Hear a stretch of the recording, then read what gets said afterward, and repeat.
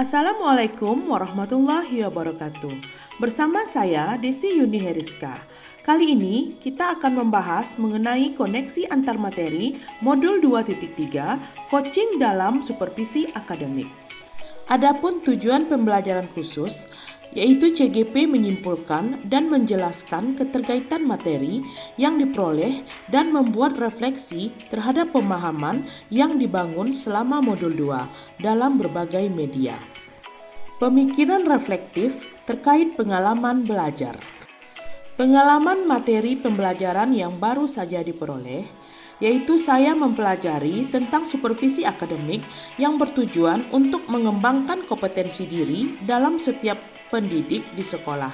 Pendekatan yang digunakan adalah coaching yang menggunakan 3 prinsip, yaitu kemitraan, proses kreatif, dan memaksimalkan potensi.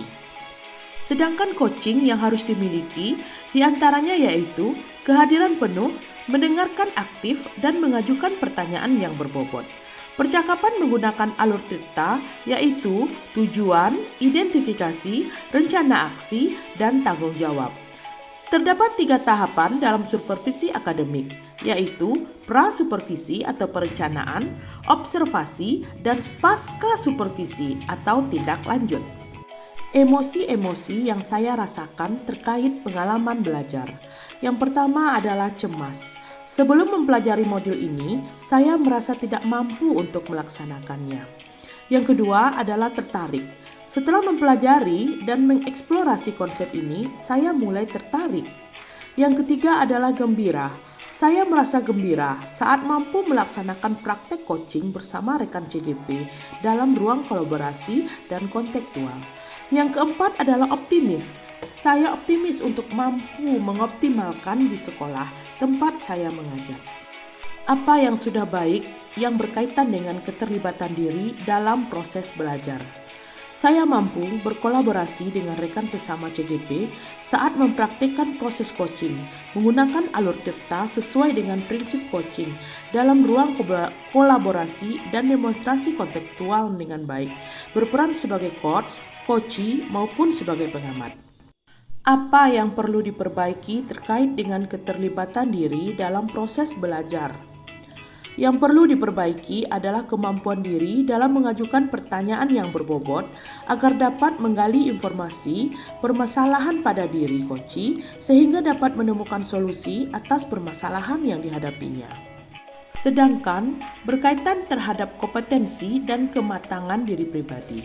Setelah saya mempelajari modul 2.3 tentang coaching dalam supervisi akademik, kompetensi saya mulai berkembang, ditandai dengan mampu mempraktikkan proses coaching dengan menggunakan alur Tirta, baik sebagai coach, coachee, dan pengamat.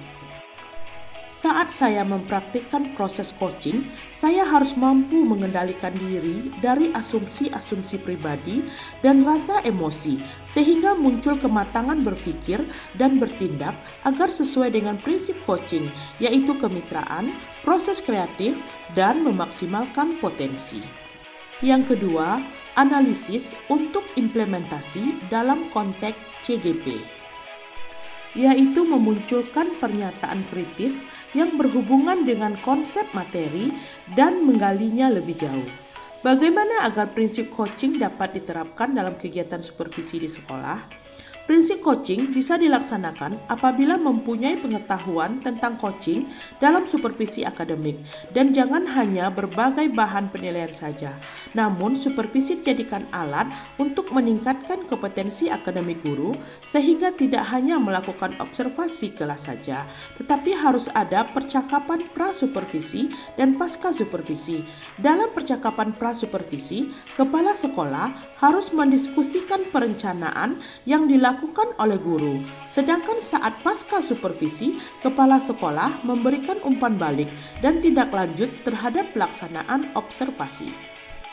Mengolah materi yang dipelajari dengan pemikiran pribadi sehingga tergali wawasan baru. Coaching dalam supervisi akademik dapat berpengaruh dalam terwujudnya pemimpin pembelajaran yang berpihak kepada murid. Pembelajaran yang berpihak kepada murid adalah hal yang sangat penting diterapkan di dalam lingkungan sekolah. Agar terciptanya pembelajaran yang berpihak kepada murid, maka guru harus memiliki kompetensi menjadi pemimpin pembelajaran. Menjadi pemimpin pembelajaran harus memahami perkembangan murid menyeluruh.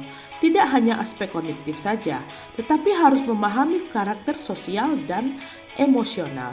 Dengan demikian, tujuan coaching dalam supervisi dapat mengembangkan kompetensi guru dalam meningkatkan kinerjanya dan untuk terwujudnya pembelajaran yang berpihak kepada murid.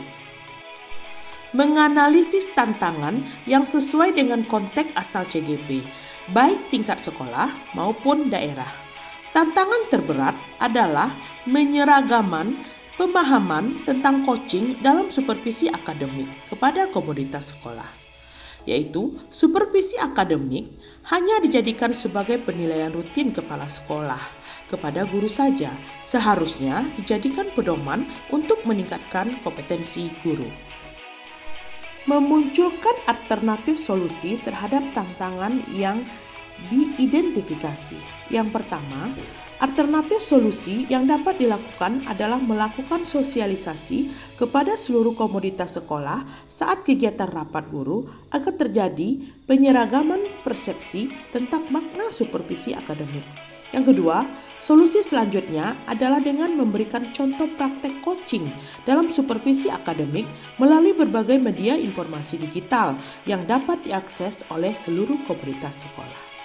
Baiklah, demikianlah koneksi antar materi saya. Assalamualaikum warahmatullahi wabarakatuh.